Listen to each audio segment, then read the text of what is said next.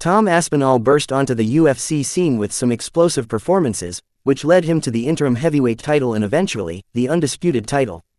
He was slated to fight Jon Jones, which didn't happen, and now, some fans are worried about who can give him a tough challenge.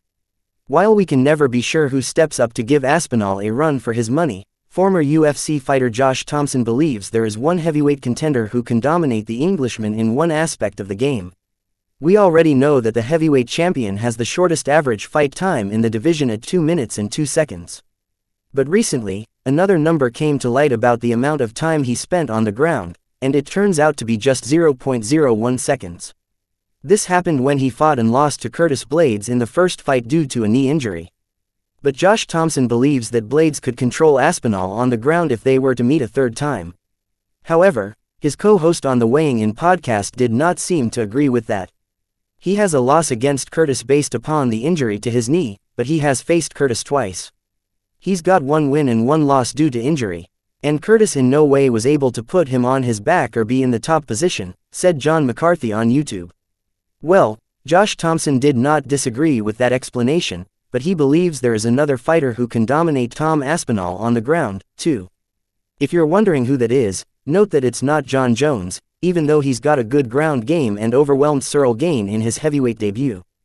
Josh Thomson's pick to break Tom Aspinall's ground time record was none other than Jailton Almeida. Well, it's not surprising to see him pick the Brazilian, who has the record for the most ground control time in a fight, which stands at 21 minutes and 10 seconds, and even manhandled Curtis Blaydes. You know, the fight that kind of makes me feel like he's going to end up losing a lot of those seconds is against Jailton Almeida because the way Jailton Almeida threw Curtis Blaydes around, Josh Thomson added. Meanwhile, John McCarthy reminded his co-host that even Jailton Almeida has his limitations on how hard he can go when it comes to his ground game. I agree with you, he did, there's no doubt, but he burned out because of it, the veteran referee replied.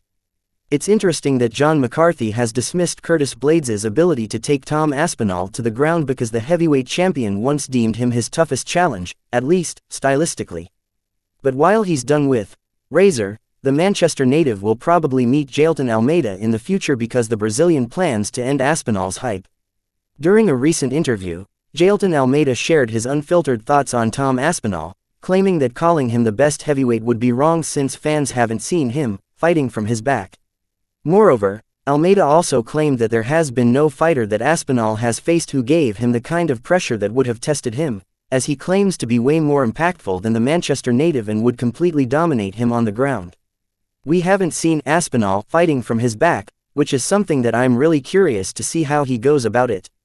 I think that there's still some stuff to be checked with Aspinall. He's a fantastic fighter, but I think there's still some things that we need to see, Almeida told Ariel Helwani. I'm more explosive than anybody Aspinall has faced, especially on the grappling side of things.